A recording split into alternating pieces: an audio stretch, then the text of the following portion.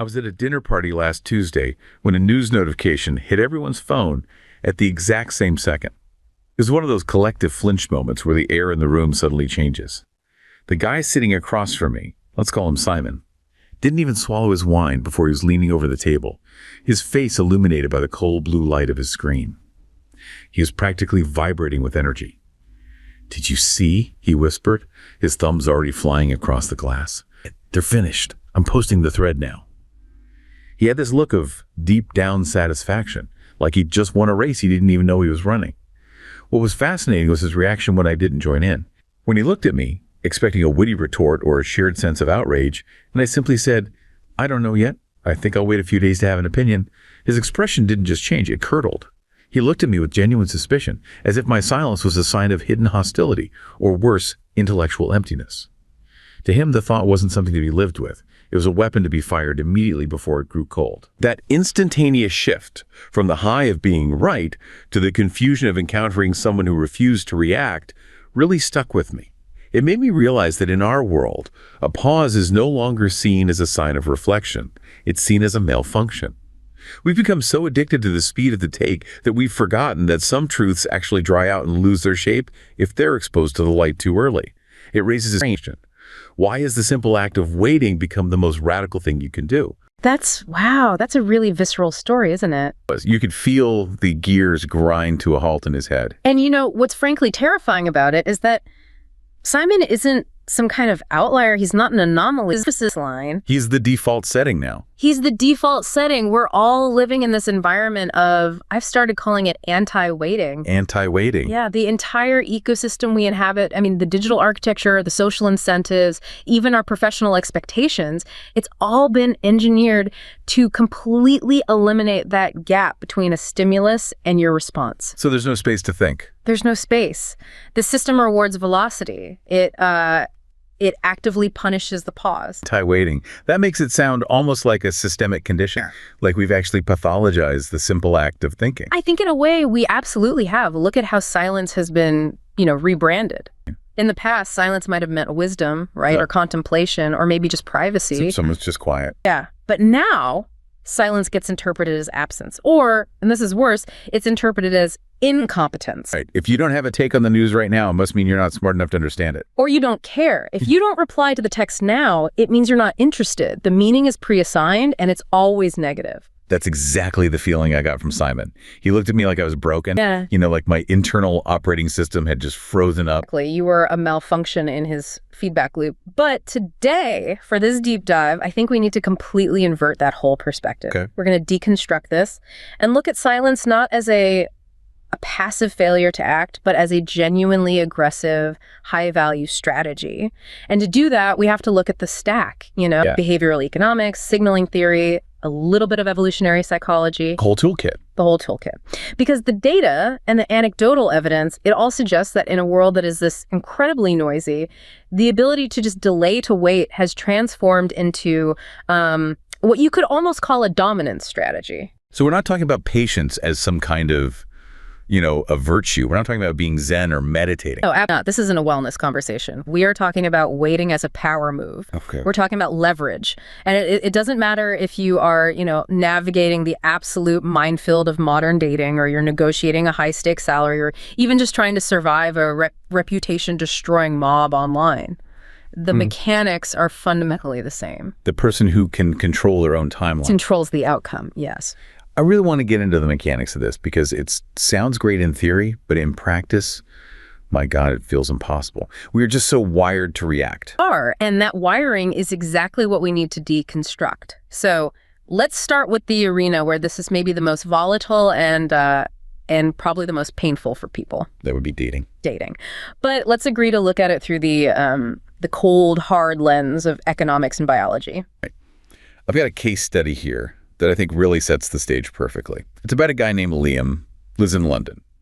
And Liam is a pretty standard guy, but he decided to run this little personal experiment on his own impulsivity inside the digital dating scene. Okay. He just realized he was living in this state of chronic, low-grade anxiety all the time. The background radiation of modern romance? Exactly. Yeah. He felt that constant, just crushing pressure to respond to every single message within seconds. He believed, like I think most of us do, that speed equals interest, and that interest equals success. If you don't reply fast enough, they'll just move on to the next person in the stack. They'll forget you. It's that scarcity mindset. Right? Absolutely. So one evening, he gets a text from a woman he's really, really interested in. But the text wasn't just, hey, how are you? It was one of those subtle, passive-aggressive challenges to a schedule. A little dig. It was a clear test of his emotional boundaries. Right. In the literature, we'd often refer to this as a compliance test. Some call it a fitness test. I've heard it called a shit test. That is the more colloquial term, yes. It's a subconscious probe, really, to see how much pressure you'll tolerate. Well, Liam felt the pressure, big time. His immediate instinct, his Simon instinct, you could call it, was to type out this long defensive explanation, to apologize, to try and rearrange his schedule, to soothe the whole situation. He wanted to fix the discomfort immediately. But instead, he chose the silence we're talking about. And he physically put his phone in a drawer, walked out of his apartment, and just went for a long walk. The physical removal of the device. That's a crucial detail right there. He broke the connection. He didn't reply for 36 hours. 36 hours? Yeah. In the context of modern dating, where, double texting is seen as a cardinal sin, and waiting 3 hours for a reply feels like a personal insult, 36 hours is. I mean, it's a geological eternity. But what's fascinating is that by the time he did reply, his own internal state had completely shifted. Mm-hmm. He went from that frantic chasing anxiety to what he described as psychological sovereignty. Ooh. Yeah. He wasn't playing a game anymore. He was simply no longer governed by the immediate ping of a notification. And when he finally sent a short, calm response that completely ignored her passive-aggressive tone, the entire dynamic had just flipped on its head. So how does she respond to that? The passive-aggressiveness completely vanished. She was intrigued. You could feel the respect level just shoot up. But, I have to push back here a little. Do. Because reading this, it feels cold. It feels calculating. It smacks of the game or, those pickup artist tactics from years ago. Yeah. We're always telling people to be authentic, be vulnerable. Isn't this just a form of manipulation? I completely understand that reaction. It feels antithetical to the whole romantic ideal of being swept away. But let's try to strip away the moral judgment for just a moment and look at the signaling theory that's happening beneath it. This isn't really about manipulation. It's about something called costly signaling. Yeah, because to me, ignoring someone costs nothing. If anything, it seems lazy.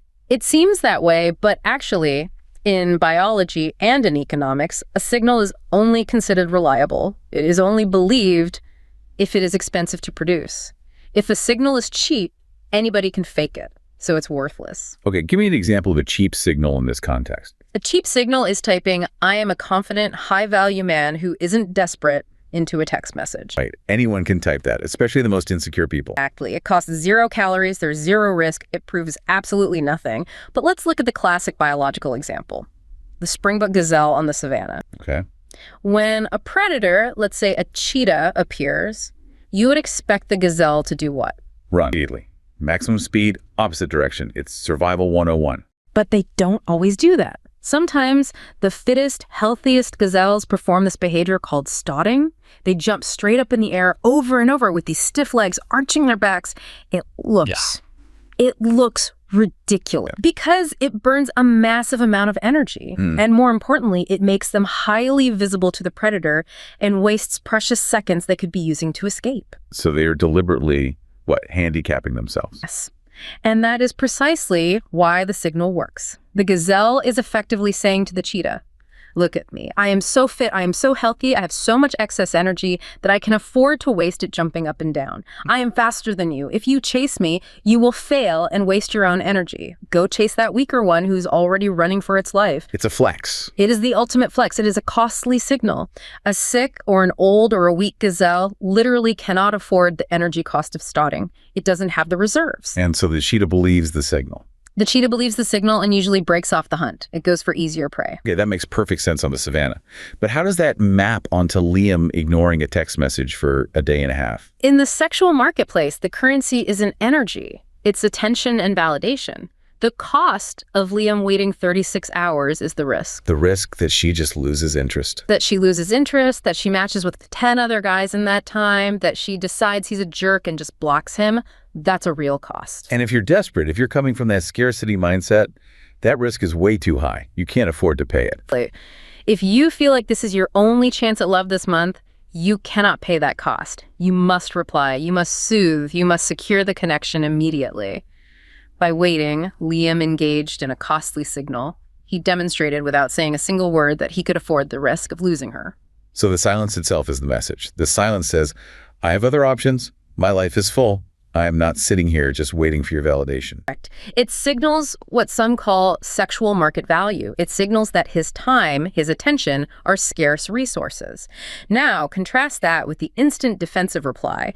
That cheap signal says, I have no other demands on my time. My time is cheap. I'm available whenever. I am yours for the taking. Brutal, but I absolutely see the logic. It's pure supply and demand. If you are always available, you are in high supply, and so your perceived value just plummets. Brutal, but the sexual marketplace is, at its core, a market. And, the literature on this breaks it down even further. Generally speaking, and of course there are always exceptions, men are the offer and women are the demand. And that's based on the biological idea that sperm is cheap and eggs are expensive. That's the fundamental evolutionary imbalance. It's called parental investment theory. Because the biological cost of a mistake for them, we're talking 9 months of pregnancy, childbirth, raising a child, is astronomically higher than the cost for a man. So in that initial courtship phase, the woman usually holds the leverage. She's the gatekeeper. She's the filter. Yes. Which is why men are traditionally the ones chasing, trying to prove they are worthy of being chosen. But chasing is, by definition, a low-value behavior. You chase what's running away from you. You chase what is more valuable than you are. When Liam stopped chasing, when he just refused to jump through the hoop of that passive-aggressive text, he subverted the entire dynamic. He signaled that he wasn't desperate for the transaction to occur. He stepped out of the role of the supplicant, the beggar. And that is inherently attractive. Sovereignty is attractive. But I want to touch on something you mentioned earlier about why it's so physically difficult to wait. Why did Liam have to physically put his phone in another room? Yeah, because when you're in that waiting period, it definitely doesn't feel like a power move. It feels like a panic attack. That is what we could call the anxiety of the gap. And to understand it, we have to look at the technology itself. Instant messaging platforms. They create a digital panopticon. The prison design. The one where the guard in the central tower can see every inmate without them knowing if they're being watched. Digital dating is a voluntary panopticon. The read receipt, the online now status indicator, the 3 little typing bubbles. Oh, the typing bubbles are the worst. They are an architecture of surveillance. We know that they know that we've seen the message. And so if we don't reply, we know they are actively watching us not reply, and they're judging us for it. It creates this intense expectation of ubiquity. You are always reachable, therefore you must always reach back. And this creates a very potent addiction loop. Research on instant messaging and interpersonal relationships highlights how this creates a state of high physiological arousal. High arousal, you mean stress? It's stress, it's anxiety, but it's also excitement and anticipation. It's a whole cocktail of neurochemicals. And this directly leads to a fascinating phenomenon called time distortion. Wait, time distortion, you mean your actual perception of time changes? Yes, your subjective experience of time. When you are in a state of high anxiety or high desire, like waiting for that text back, your internal clock literally accelerates. Your dopamine system is screaming for closure, for the reward. This is called upward time distortion. So 5 minutes waiting for a text feels like an hour. Exactly. To the person who is anxiously waiting, Liam's 36 hours feels like a lifetime. It feels like a deliberate, aggressive insult. But to the person who is genuinely busy, who is sovereign, 36 hours is just, it's Tuesday and a bit of Wednesday. So Liam wasn't just signaling to her. The act of waiting was also a way of regulating himself. By putting phone away, he broke the surveillance loop. He stopped the time distortion from happening in his own brain. He allowed his neurochemistry to return to baseline. He reclaimed his own reality. Because if he had replied instantly, he would have been replying out of a state of anxiety and fear. By waiting, he was able to reply out of a state of calm and choice. Psychological sovereignty. It implies that you are the ruler of your own headspace, not your phone. It's really the only way to survive the modern dating app without going crazy. Okay, so that's love. or at least the strategic pursuit of it. But this same dynamic, this tension between the impulse to react and the power of waiting, it applies to our wallets too. The stakes might change from, romantic rejection to financial loss, but the underlying brain mechanism is surprisingly similar. Let's move to our second story then. This one is about a professional named Sarah. Sarah is a mid-level manager at a big tech firm in Seattle. She's competent, she's hardworking, but she's kind of hit a ceiling. She's going into a salary negotiation. The dreaded annual review. I think we can all relate to that anxiety. Oh yeah, so she walks into the conference room and her directors are there. They present her with what they call a take it or leave it offer. It's a promotion in title, a massive increase in her responsibilities, but the actual salary bump is, well, it's negligible. Ugh, the classic prestige promotion. They try to pay you in compliments and titles instead of actual cash. Exactly. And the directors do something very specific. They slide the offer sheet across the table, they state the number, and then they just stop talking. They stare at her. They're waiting for that immediate social reflex that, oh, thank you so much, that little smile. Using silence as a weapon against her. And Sarah feels it. She told me later she felt a physical knot in her stomach. Her every instinct was to smile, say, okay, thanks, and just get out of that room because the tension was unbearable. She wanted to appease the tribe. That's the evolutionary instinct kicking in hard. Don't make waves. But she didn't. She remembered a piece of advice she'd read about negotiation. She didn't say yes. She didn't say no. She just looked down at the paper. Then she looked back up at them. She took a slow sip of water. She let the silence stretch and stretch until it was, in her words, physically heavy in the room. And what happened in that space? The lead director shifted in his seat. He glanced at his colleague, and then he started talking again. He broke. He said, well, obviously, we can also look at the stock option package to, bridge the gap. But Sarah hadn't even said there was a gap yet. He started negotiating against himself. He literally paid her money to make the silence stop. Here, Sting, do we really have to treat our bosses like they're our opponents in a chess match? It feels so adversarial, but it clearly worked. What's the mechanic here? What Sarah did there, brilliantly, was defeat a principle called hyperbolic discounting. Okay. Hyperbolic discounting is it's a cornerstone of behavioral economics. It describes our deeply irrational preference for immediate rewards over much larger delayed rewards. So if I offer you, say, $100 today or $110 in 1 year, most people take the $100 today. Sure. A bird in the hand, right. Who knows what happens in a year? Exactly. But if I offer you $100 in a year or $110 in a year and 1 day, you'll happily wait the extra day for the extra $10. Of course. It's the immediacy that scrambles our brains. In that negotiation room, Sarah's brain was being offered two choices. Reward A, immediate relief from excruciating social awkwardness. The tension vanishes right now. Reward B, more money, a better career. But to get it, you have to endure this terrible pain of silence for an unknown amount of time. And the primitive part of your brain is just screaming, take the relief, get me out of this room. Exactly. The directors are banking on that. They are counting on the fact that for most people, the pain of social friction is subjectively worse than the long-term pain of a lower salary. But why is social friction so painful? It's just a meeting. It's not life or death. Because for 99.9% of human history, it was life or death. Right. We didn't live in Seattle tech hubs. We lived in tiny interdependent tribes of maybe 50 to 150 people. Right. In that kind of tribe, if you were difficult, if you created friction, if you refused to harmonize with the elders, you risked expulsion. And in the Paleolithic era, being expelled from the tribe meant certain death. So Sarah's amygdala, the fear center of her brain, is screaming, they are going to kick you out of the cave. Just say yes and be agreeable. That awkward silence triggers a primal, deep-seated fear response. It signals a potential break in the social bond. By overriding that impulse, Sarah demonstrated immense cognitive control. But there's another layer here, too. She very cleverly shifted the cognitive load. Cognitive load. So that's just the amount of brain power being used at any given moment. Essentially. And in the modern workplace, almost everyone is cognitively overloaded all the time. We're tired, we have decision fatigue. And when the brain is tired, it defaults to heuristics, mental shortcuts. The path of least resistance. The path of least resistance. The directors just want to get this deal done and move on to their next meeting or go to lunch. When Sarah stayed silent, she created an unresolved problem for them. She created ambiguity, and human brains hate ambiguity. Her silence forced them to start thinking, to start worrying. It forced them to run all these mental simulations. Why isn't she talking? Is she insulted? Is she about to quit? Did she get a better offer from Google? It spiked their cognitive load through the roof. And to make that mental pain stop. To reduce his own cognitive load, the director threw money at the problem. He offered the stock options not necessarily because he suddenly thought she deserved them, but because it was the fastest, easiest way to resolve the ambiguity and get his brain back to a state of rest. He paid for certainty. He paid to resolve the awkwardness. This also feels like it signals status, right? I mean, I can't imagine a new intern sitting in stony silence in a negotiation. The intern is the one who babbles nervously. That is a perfect observation.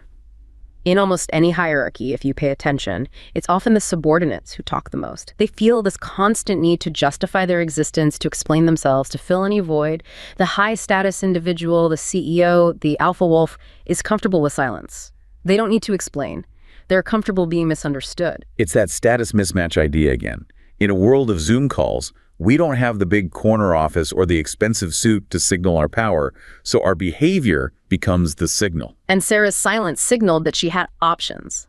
Even if, in reality, she didn't have another job lined up, her behavior mimicked the behavior of someone who could afford to walk away from the deal. And in any negotiation, the person who is most willing to walk away holds 100% of the power. Fascinating. In both Liam's case with the text and Sarah's case with the salary, the core strategy is identical. Yeah. Just do nothing. But that doing nothing is actually the hardest thing you can do. It is an active suppression of millions of years of instinct. It is a radical act precisely because it goes against your own biology. Okay, so we've covered the bedroom and the boardroom, but there is one more arena for this. And I think this one is by far the most dangerous because the scale is just so different. The digital public square. Right. Social survival. And for this, I want to talk about a guy named Marcus.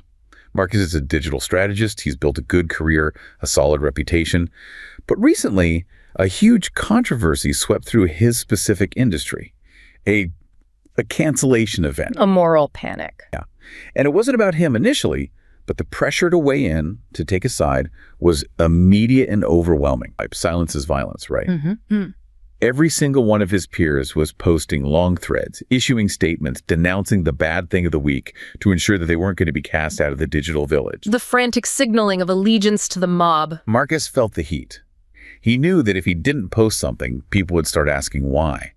The anti-waiting machine was at full throttle, demanding a response. But Marcus decided to do something that, on the surface, looked like professional suicide. He went completely dark. Total radio silence, no activity at all. Total. No tweets, no likes, no Instagram stories, nothing. He stepped completely offline for 3 days. He told me he just focused on a long-term project that required deep thought. He let the storm rage without him. Oh? By the time he came back online, 72 hours later, the mob had already moved on. They'd found a new target, a new outrage. His reputation was completely intact because he hadn't said anything stupid or reactive in the heat of the moment. But maybe more importantly, he hadn't dignified the entire frenzy with his participation. He won by refusing to play the game. But I have to ask the hard question here because I know people listening are thinking this. Isn't this cowardly? It's easy for Marcus to stay silent. He's established, he's successful. But for marginalized people or for people whose very existence is being debated, silence might not feel like an option. This feels like a strategy of the privileged. That is an absolutely valid and important critique. We have to acknowledge that strategic silence is, in many ways, a luxury of capital, both social capital and financial capital. If you are in a vulnerable position, the mob is objectively more dangerous to you. Right. However, if we look at this purely through the cold lens of game theory and evolutionary mismatch, Marcus's strategy is the only truly rational move in what has become an irrational game. Okay, talk to me about evolutionary mismatch in this specific context. So our brains evolved in what's called the environment of evolutionary adaptedness. We're talking about small, nomadic bands of hunter-gatherers. The Dunbar number again. We're wired for about 150 people. Exactly. And in a real tribe of 150 people, if a conflict breaks out, you have context. You know the people involved. You know their history. And if you choose to stay silent, you are generally safe. The tribe isn't going to kill you for just minding your own business. But Twitter isn't a tribe. Twitter or X or any of these platforms is a global village. It connects millions, even billions of people. But your brain doesn't know that. Your Paleolithic brain cannot comprehend that scale. When your timeline explodes with anger, Your brain interprets it as the entire tribe turning against you. So the fear of social exclusion Is processed in the exact same part of the brain that processes physical pain. It's a genuine threat signal.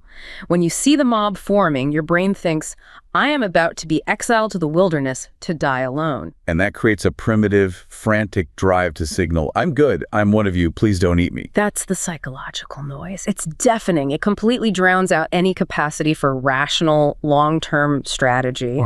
And the algorithm, of course, is designed to amplify this very mismatch. It demands constant public articulation. It demands that you externalize every single thought immediately. It's a privacy mismatch as well. In the wild, your thoughts were private. Now, the very act of having private thought is seen as suspicious. And Marcus recognized this mismatch. He understood that the mob operates on something called bounded rationality. Right. Bounded rationality is the idea that we humans have very real limits on how much information we can process at once. The mob isn't carefully analyzing facts and evidence. It's reacting to simple heuristics and raw emotion. It is a fast-twitch organism. So if you try to engage with the mob logically, you're playing the wrong game. You're playing chess while they're playing checkers. And you will always lose. Because the mob is always faster and always louder. By stepping completely offline, Marcus broke the addiction loop of the outrage cycle. We're back to time distortion again. In the middle of a cancellation storm online, minutes feel like hours. It genuinely feels like the world is ending. But that is an illusion created by the platform's architecture. By stepping away into the physical world, Marcus re-regulated his perception of time. He realized that in the real world, nobody actually cared. The birds were still singing, the coffee was still hot, the apocalypse was only happening on the screen. He just outlasted internet time. He waited for the 24-hour news cycle to turn over. And it always, always turns over. This also seems to touch on this idea of honest signaling versus virtue signaling. This is a critical distinction to make. Reacting immediately, posting the black square or changing your bio to include the hashtag 5 minutes after the news breaks, that is a cheap signal. It's virtue signaling. It requires zero cognitive effort. It's just holding up a flag to say, I'm on the right team, I'm safe. It's very low cost. It's zero cost. Marcus's silence, and then maybe a thoughtful, considered statement a week later, once all the facts were actually out, that is honest signaling. It implies that the opinion was actually processed. It implies that real cognitive work was done. It implies that his opinion is a product of his mind, not just a product of his fear. And that ultimately makes the opinion far more valuable and respected. So when we pull all of these threads together, Liam with his text messages, Sarah with her salary negotiation, Marcus with the online mob, we start to see this unified theory of the pause. In every single one of these cases, the pause acts as a filter. A filter for what exactly? Well, for Liam, the pause filtered out a low-quality, passive-aggressive interaction. If that woman had exploded at him for waiting 36 hours, he would have instantly known she was high maintenance and had low emotional regulation. Bullet dodge. It revealed her character. For Sarah, the pause filtered out the low-value offer. It forced the directors to reveal their true maximum position. It filtered out their bluff. And for Marcus? For Marcus, the pause filtered out the noise. It filtered out the immense reputational risk of saying something foolish or reactive. It protected his long-term career viability. It's like a debris filter for the chaos of modern life. A debris filter. And using it consistently is what builds psychological sovereignty. Okay, let's define that really clearly. We've used that term a few times now. Psychological sovereignty is the ability to disconnect your self-worth and your internal emotional state from immediate external feedback. It's the polar opposite of Simon from the dinner party. Simon is a vassal state. He's a colony. His entire mood is colonized by his notifications. If the phone buzzes, he jumps. If the likes come in, he's high. He has zero sovereignty over his own emotional landscape. But Liam, Sarah, and Marcus, in their stories, they're independent nations. They have borders. They have customs control. They control their own borders, and that's why it is so damn uncomfortable to do. To maintain a border requires constant effort. It requires what psychologists call inhibitory control. You have to actively fight the dopamine urge to react. So the radical act isn't the waiting itself, it's the internal war you have to fight to enable the waiting. Yes, it is not passivity. It is an aggressive, active cognitive strategy. In a reactive world, it is the most active thing you can possibly do. I want to circle all the way back to the intro, to Simon at that dinner party. I said he looked at me like I was a malfunction. And that's the status quo bias in action.